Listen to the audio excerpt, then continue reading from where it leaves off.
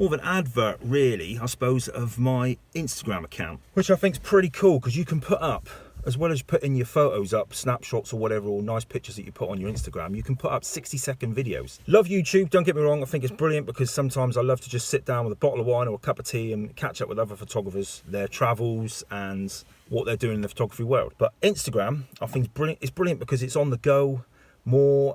If you're waiting for a bus or waiting for a mate, or you're having a quick lunch break, you can just whap your phone on, quick short videos on Instagram. So on my page, which I can put a link somewhere here, I think somewhere, if not I'll chuck it down below, at Sebastian Bevan Photo, what I've started doing is just putting 60-second clips, short videos, when I'm out and about, obviously making YouTube videos or taking pictures. Sometimes there's not a whole video there, and I'm not just going to make a video for the sake of making a video. Sometimes I'm just taking a shot and I think, oh, why does this shot work? So sometimes I've got my GoPro on me, or I've got my camera, and I'll make a quick video saying why I'm taking this shot. Either there's brilliant leading lines, or the light's great, just explaining why I take that shot. So here's a mix of, I think I've posted probably 4, 5 or 6 videos now, but here's a couple of them just to show you what they look like and what they're about. And if you like them, pop across to me my Instagram at Sebastian Bevan Photo.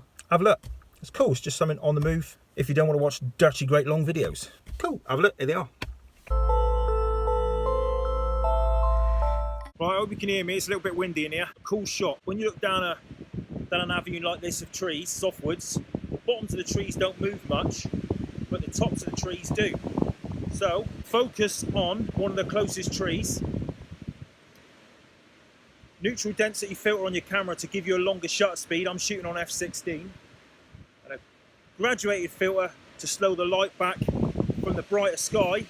Mixed together gives you a shutter speed of about 25 seconds. Bottoms of the trees aren't moving, tops of the trees are. Picture looks like this.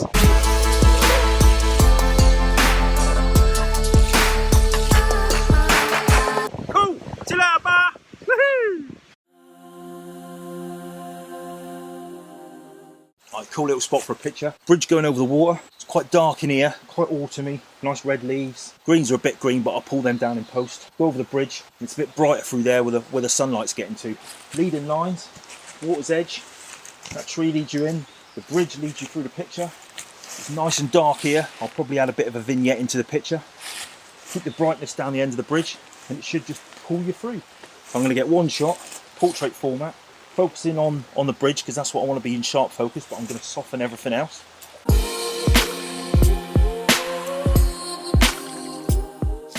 I reckon a landscape shot from here, so the bridge goes from right to left through the picture.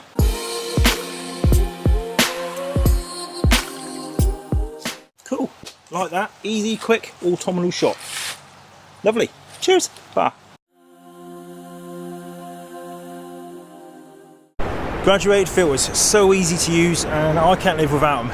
All I do, camera on a tripod, normally focus a third of the way into the scene or wherever my main point of interest is. I expose for the foreground, completely forget about the sky.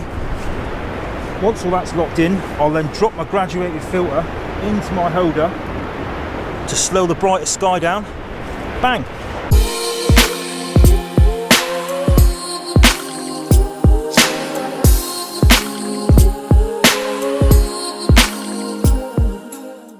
Before the filter, focus for the foreground, completely forget about the sky, just concentrate on the lands, get your perfect exposure for that, and then use whatever strength graduated filter you need to slow the brighter sky down. Easy peasy. Cheers!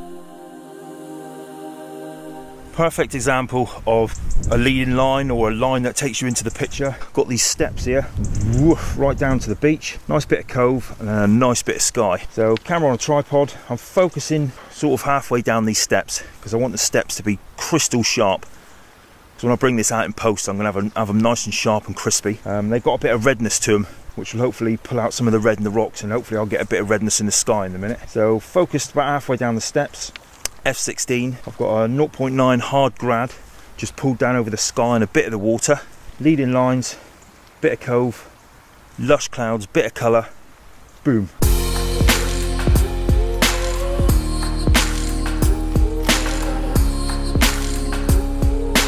Perfect leading lines. Right, my favourite photography, pretty much shooting on rivers. you're shooting upstream or downstream and you've got a rock in your foreground and it's got some leaves on it, kick a load of water over the leaves, makes them nice and shiny and glossy, looks nice for the picture.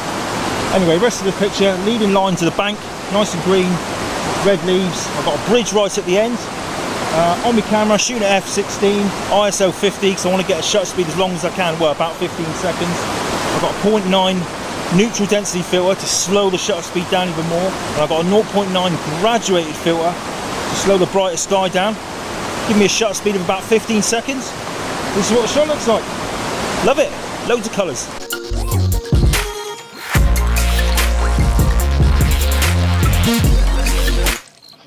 Cheers. Bye. Cheers for watching. See you in the next vid. Cheers. Bye.